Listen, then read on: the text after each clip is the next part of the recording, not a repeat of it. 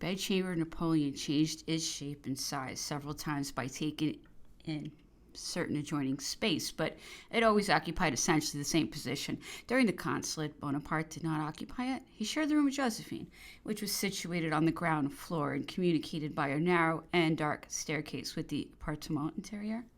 Having made up his mind during the early days of the empire to have a separate room, Napoleon, on his departure for the campaign of Germany, gave orders to have the room which was to serve him as a state bedroom enlarged and decorated during his absence, for it may be supposed that he frequently occupied in preference the bedroom in the entresol of the petit appartement.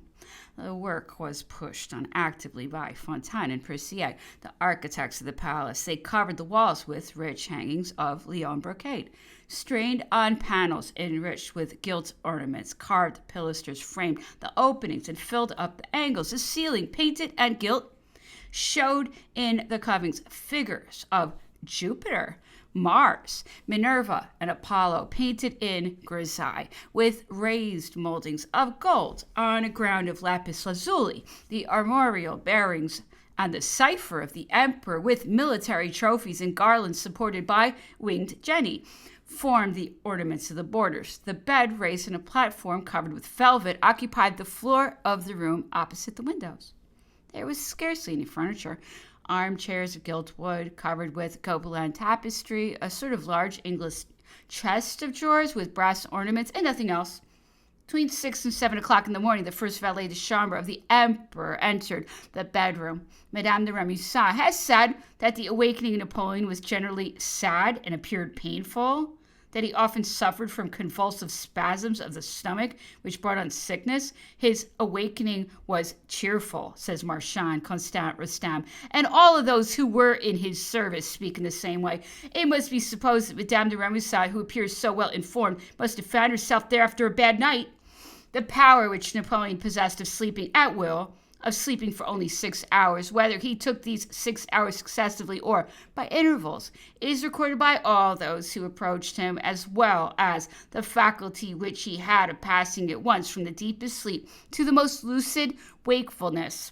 Both these qualities are common to many men of his temperament. Napoleon, when he was suddenly woke up, joked for a moment with his valet de chambre. "Open the windows," said he, "that I may breathe the air God made." Although chilly indoors, the emperor liked the air. He had a horror of bad smells and of closeness. The smell of paint made him ill, and his passion for fresh air in the morning is characteristic of his sensations of smell. The only perfume which he liked in his room was that of aloe wood. No doubt he brought this fancy back with him from Egypt. It remained with him till death, and he was always throwing halogen on small perfume burners to purify and scent the rooms in which he lived, and where, till very late in the season, there was a fire. The first valet de chambre during almost the whole empire was Constant Very, who in the very first instance replaced Amhar, who had become too old and a trifle silly. He had retired with a pension and a post of concierge at Meudon, and then Hébert also pensioned with a conciergerie of Rambouillet and 1,200 francs a year. Constant was a Belgian. He was born December 2nd, 1778, at Perouwelz, a commune which afterwards formed part of the department of Chemap. His father, who kept an inn at the Baths of Saint-Amand, agreed, if the story is to be believed, to entrust him to a visitor at the Baths, a certain Comte de Lure, who undertook charge of his education but emigrated and left him behind. Constant attempted to get back to his native village on foot, but found it in possession of the Austrians. He was picked up by a certain Commandant Michaud, who took him into his service.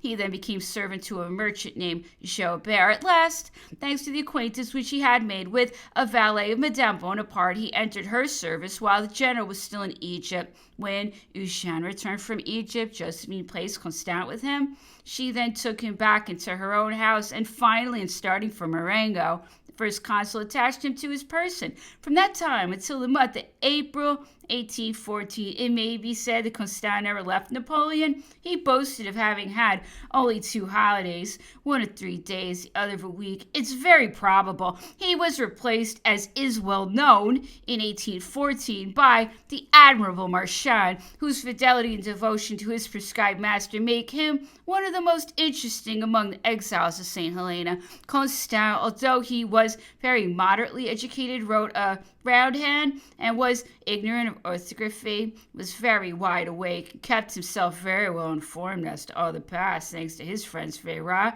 Inspector General of the Police, who sent daily by his hands to the Emperor a report intended to check that of the Prefect of the Police. Constant took notes by means of which the bookseller L'Advocat had memoirs drawn up, which, if they ought to be consulted with caution, furnish quantity of authentic trace to anyone who knows how to make use of them. When, however, Constant complains of the want of generosity of the emperor towards him, he seems trifling grateful. In addition to 6,000 francs wages and 2,000 francs for his dress, and a suite of 7 rooms, a table of 4 covers, carriage and horse, and a coachman at his orders, the right of entry to the 4 state theaters, in addition to the indemnities which were assigned to him when he went with the emperor on campaign and traveling. Constant received from Napoleon from 1808 to 1814 108 livres sterling.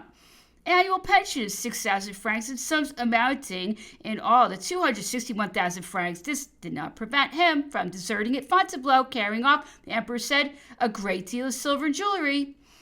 The first valet de chambre wore a French coat of green cloth with facings and collar and rich gold embroidery, a waistcoat of white kerseymere, black breeches, and silk stockings. With some difference in the embroidery, the ushers, the valets de chambre, the toilette, and of the appartement, and the wardrobe man wore the same costume. Constant insinuates that this uniform was not obligatory for him, and that he often wore what he pleased. This is possible,